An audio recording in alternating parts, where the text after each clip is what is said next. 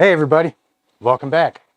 So one thing that almost every reptile keeper is afraid of is getting bit, especially when we start talking about larger animals like our reticulated pythons here, our Nile monitors, and they're really interested in each other right now. So, so I'm going to be putting her back in a minute because I really don't want to stress him out too much. So today we're going to look at some real life bites and stings from animals that I've been bitten and stung by. I'm going to compare and contrast if it's really that bad. Then we're going to talk about some things that we need to do to help mitigate them and just to understand the chances of us getting bitten by our animals. It's some things really important for folks to understand, and it doesn't get a whole lot of educational airtime. So let's look at some bites today on Intrepid Exotics. Whether you're a lifelong keeper or just getting started, help us encourage responsible keeping, conservation, and public education in the interest of keeping our reptiles safe and healthy as we protect them for future generations. You're invited to spend time with us as we experience these awesome animals together on Intrepid Exotics. So as you can see, there's few things more fun than trying to talk with a 16-foot reticulated python wrapped around your shoulders and an interested Nile monitor behind. I love these guys, but man, I'll tell you, they are a handful. And that brings us to our topic today. We're always saying, guys, don't be sharing the grizzly bite videos and the bite stuff and everything like that online. It just puts our animals in a bad light. We talk about, folks like Jay, who's antagonizing his animals and making them bite at him and things like that, putting our animals in a bad light and making them look, aggressive and mean and terrifying and all that. Well, as a general rule, we don't have to deal with things like that. Not with our socialized animals that we've worked with for months and years, getting them to know us, getting them to trust us and so forth. But you can always make mistakes. And I've been wanting to do a comparison for a little while here because I've seen a couple different people put out a couple different videos where they intentionally get bit just for the shock value, just for the entertainment value. And there's 3 different instances that I'm going to compare today. And I'm going to compare those because I've been bitten by comparably sized individuals of these same species myself, sometimes on several different occasions. So I'm going to compare and contrast how realistic it actually is. Is it really that bad? Is it worse? Is it better? And we're going to talk a little bit at the end of it about the absolute worst bite I've ever gotten in my life. And I'm going to show you that animal when we get to the end after we talk to these guys. So don't forget, guys, also get subscribed to the channel, like the videos, get them out to more people. Just helps us spread the word on this and all the other stuff we got going on. Now, to start with, the animals that we're going to be talking about today are the Nile monitor, the reticulated python, and one that I don't have anymore, the lionfish. And for those of you guys that aren't familiar with lionfish, they're an invasive species down in Florida. It's a venomous fish. They have massive spines, 13 of them if I remember correctly. But they can inflict a really painful sting. And I used to keep a couple of these. Now, with the one that I had, it was just the most awesome animal. I would go in there, I would hand feed him all the time. He was never afraid of me until one day I reached in and I startled him. And he shot away from me, and when he shot away from me, one of his spines went right up under my fingernail and envenomated me underneath my fingernail.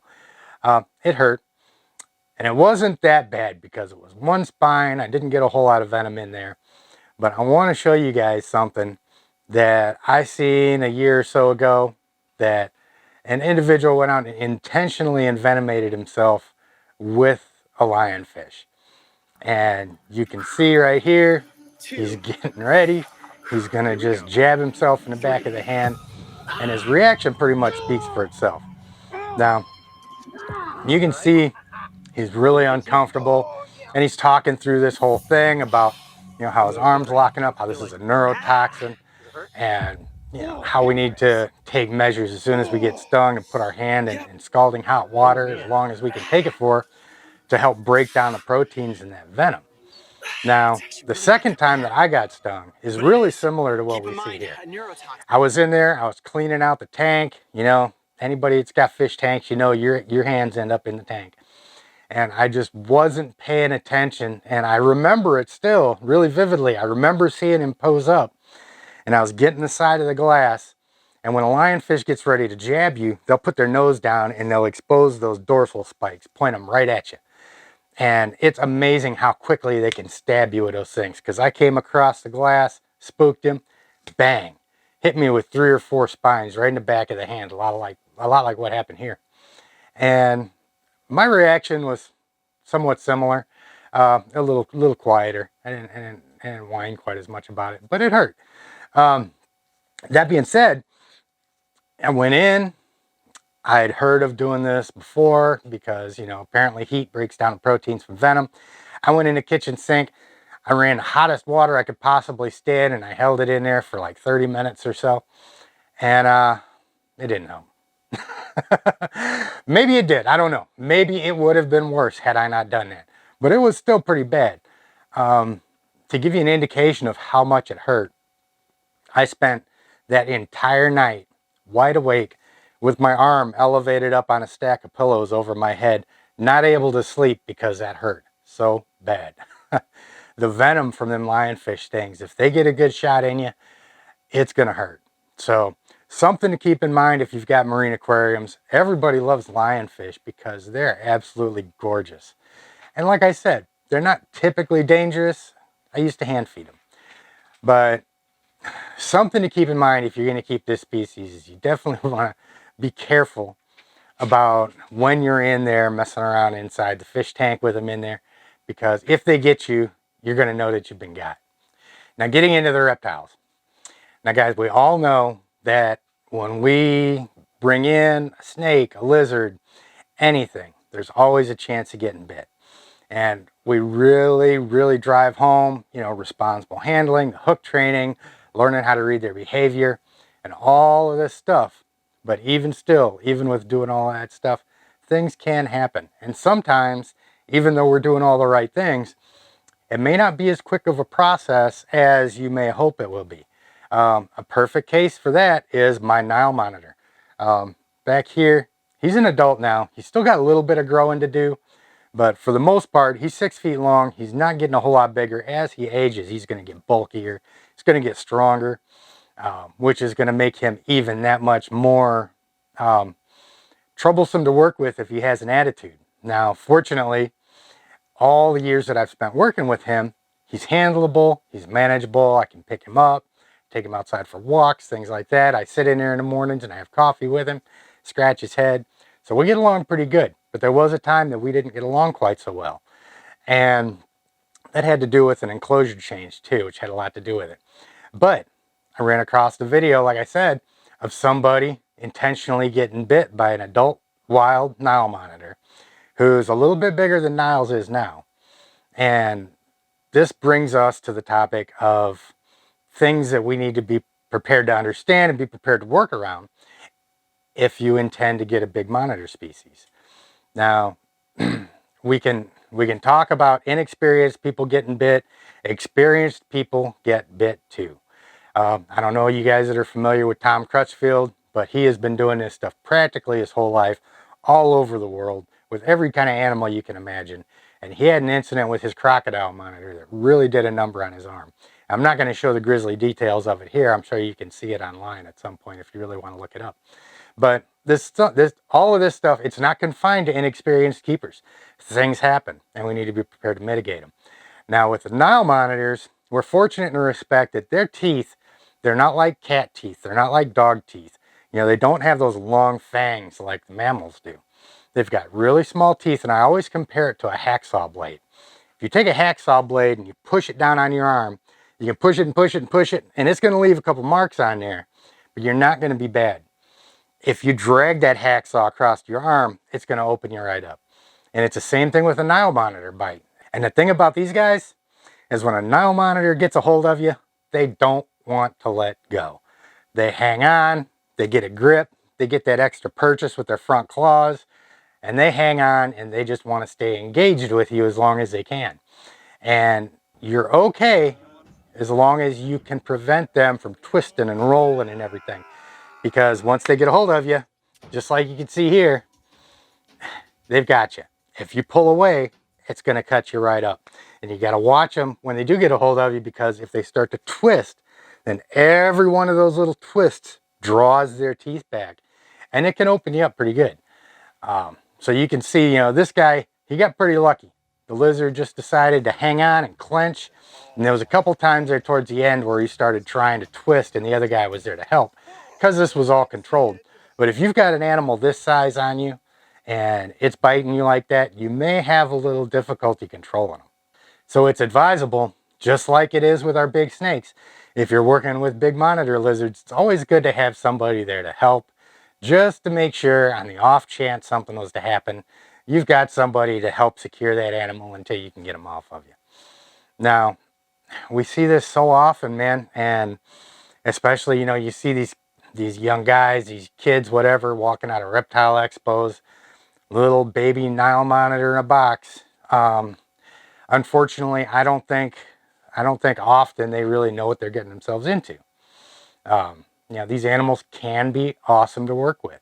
They can be great. They can be fairly safe to work with.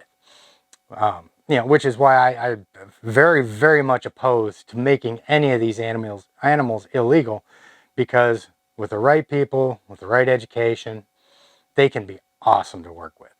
But on the other side of that coin, don't go out and get these animals unless you're completely aware of the good and the bad and the ugly of working with all of them. And you need to know how big they're going to get. You need to know how big of an enclosure they're going to need. You need to know how big their teeth are going to get. And you need to know what to do if they decide to put those teeth into you. Because ultimately our goal is to get those teeth out of us with the least amount of stress to the animal, and of course the least amount of injury to us. And I bring up the Nile monitor with him because Nile's here. When he was an adolescent, him and I had a disagreement. And that disagreement was I picked him up too quickly and unprovoked out of his enclosure and just threw him up on my shoulder. Well, he decided he didn't like that. So he decided he wanted to try and bite my spine in half. And he got his mouth right on the back of my neck. And you can see here, he sat there for every bit of 2 or 3 minutes.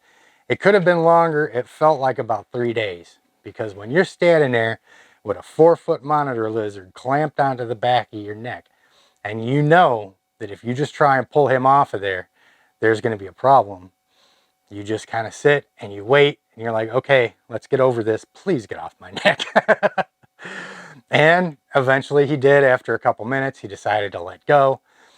After he let go, he turned around, he hung onto my arm with all 4 legs and just refused to get off of me. And I finally got him down and got him put back in his tub.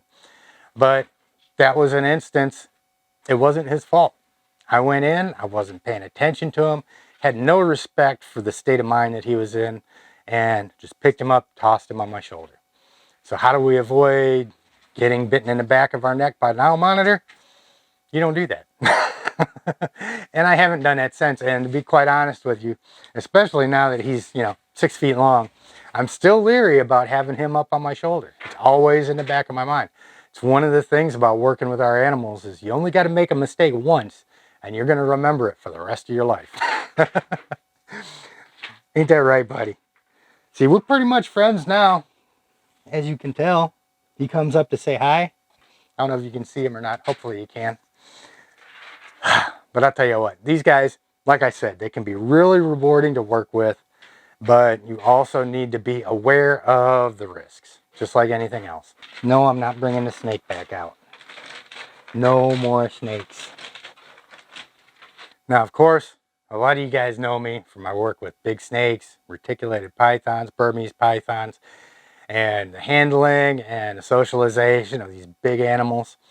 And there's a reason why I'm so adamant about spending the time to learn their behavior and to socialize your animals and to let them trust you. Because, again, as much as we don't like to talk about it, there's always a possibility that one of these animals is going to bite you. Now, if you've got a little baby, like my little Sri Lankan python who was biting me 20, 30 times an episode while I was socializing him, it's not a big deal. If you've got a 14, 16, 18, 20-foot snake, by the time that thing bites you a few times, you're going to start running out of blood pretty soon. These are big animals. They've got a lot of big teeth in their mouth. And you've really got to know how to mitigate it. Now, this fella, and they were out in Indonesia, and they got what appears to be a wild-caught reticulated python, a little bit smaller than my adults here, and he decided he wanted to get bit by one. Now, you can see in this video, the guy's all setting up, and when that snake comes in to get them, their mouths are like Velcro. They've got 6 rows of teeth in there. They're all recurved, and when they get a hold of you and they get those jaws just laid on you, they don't want to go anywhere. They are in there, and if you try pulling that animal off of you, it's just going to shred you.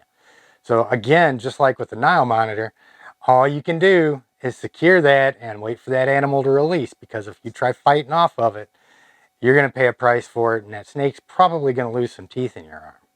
Now, this is one area where I've got a good bit of experience as far as reticulated python bites go. I've taken a couple pretty nasty ones. I had a 16, 17 footer get a hold of my hand at one point, had several of them, defensive strikes and so forth. And I actually had one, the only one of my animals, only one of my big adult retics that's ever really bit me is my female. And she wasn't actually biting me. This was a feeding accident, because she was maybe 6, 7 feet at the time. I was holding the rat out, and she completely zoomed right past the rat and stuck into my chest.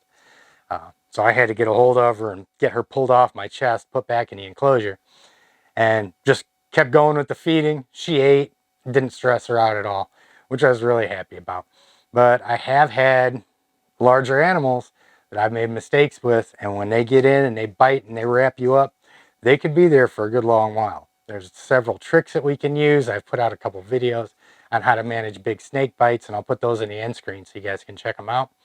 But this is something that, if you're looking at retics, berms, anacondas, boas, any kind of larger snake like this, you really need to be familiar with what can happen. You don't want to be blindsided. Like I said, all of us can make mistakes.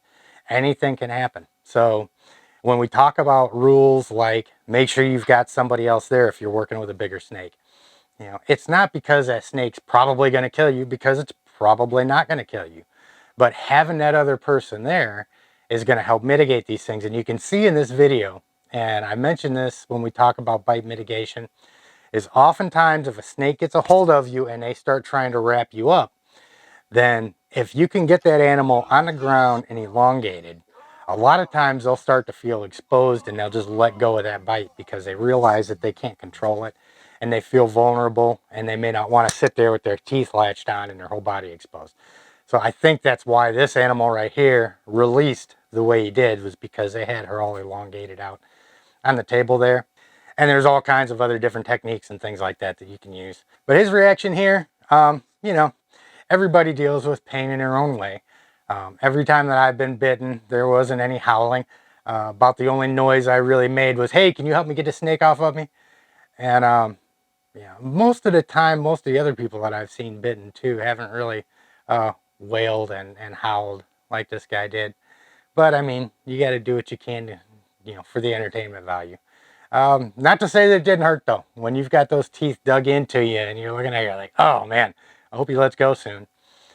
Pretty painful experience. Now, before I go into the absolute worst bite that I've ever taken in my life, just want to stop for a second and address the fact that there's a couple different dynamics when we're talking about things like this as it pertains to reptiles. As you guys know, I've recently put out the videos from USARK and USARK Florida. There's animal program bans in Washington right now. There's expanded bans in Louisiana, and they're looking at banning all iguana species down in Florida. None of these things are good for us. Ultimately, none of them are good for the animals. And this is the kind of stuff that we fight against in the reptile community. Now, part of being proactive in this is policing ourselves and not always posting pictures of bites, pictures of big gaping wounds and bleeding all over the place. Sometimes in the reptile groups, it's kind of cute. Oh, look, my little ball python got me or whatever. But we don't want to constantly be bombarding everything with, I got bit by this, I got bit by that, look at all these stitches. Things will happen. Things are going to happen with cats, dogs. One of the worst bites I've gotten was from my prairie dog. You know, I've been by cats, dogs, prairie dogs, snakes, turtles, lizards. There's probably a couple other things in there too. But, you know, there's a lot of people working on really exploiting the negatives about our animals, and we don't need to help them. Now, that being said, one of the things that, you know, I've been thinking about this for the last few days really hard, and I put out a post on Facebook kind of showing a couple of these bites and explaining that we need to at least put some effort into adding this to our educational repertoire, because that is going to go a long ways towards helping people minimize the bad experiences that they may have with their animals. First and foremost, we always have to keep in mind, if we get bitten by one of our animals, whether it be a snake, a dog, a cat, a lizard, it's our fault. It's not the animal's fault. We did something wrong. It's our responsibility when we bring these animals into captivity to learn their behavior and learn how to act around them to help them to feel comfortable, secure, so they don't feel the need to attack us and defend themselves from us. We're supposed to be giving them a comfortable life, and if they're biting at you, they're not comfortable. So that's the first thing. You never go, bad snake. That doesn't work. That's not how it works. You slap yourself in the head and say, bad keeper, what did I do wrong? But even so, it is important, because mistakes are going to happen. None of us are perfect. Like I said, you can be doing this stuff for 1 year, you can be doing this stuff for 40 years. And sometimes things happen. We miss things. And we all need to know, if we're going to keep these animals, what do I do if I make a mistake with my 10-foot, with my 12-foot retic? What do I do if I make a mistake with my monitor lizard? What can happen? If you're looking at a different species, you need to understand what the worst case scenario is. Because although these animals can be awesome to keep, they can be socialized, they can be really safe, they can be really friendly, if you don't even know what the worst case scenario is, then you have no way of being prepared for it. And this is something that no matter how nice our animals are, you never know. They may get sick. They may accidentally get injured. Something can happen to them that can tweak their frame of mind. And now all of a sudden they get defensive. Now all of a sudden they're afraid. And you've got to know how to manage that animal until you can get them calmed back down and comfortable again. So this is to kind of show some real life examples and kind of bounce it off of my personal experience, having experienced all these things myself at one point or another, to really kind of drive home the point that this is all part of reptile education. And ultimately, if something happens, you know, even with these retic bites, you know, they may look really grisly at the time. You know, by the end of that day, the next day, you can hardly even notice them if you managed it right. If you didn't start ripping them away and stuff like that, I mean, they go away pretty quickly. You don't even notice it, even from like a 14, 16, 18-foot snake. So, you know, it's not the end of the world. The bites from cats and dogs are much worse than you're going to get with most reptiles. There's exceptions to every rule, but as a general rule, you know, dog bites are much worse than snake bites.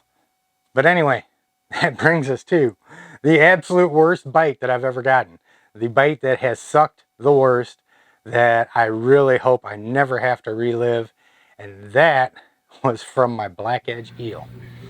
Now, I kept several different species of eels, some zebras, some snowflakes, the black edge, a wolf eel, and these can be so cool to work with. But one thing that a lot of people don't think about when you get eels is they will jump. And just about every one of my eels at one point or another has tried to or successfully jumped out of the tank. And my black edge eel was a pro. And I was in there, I was feeding one day, he got all excited. He kicked up a wake over here, came down and just shot right out of the tank. Goes flying about 10 feet across the room. And I don't know if you guys have ever tried to catch an eel before, but they're really slimy. They're really difficult to get a hold of.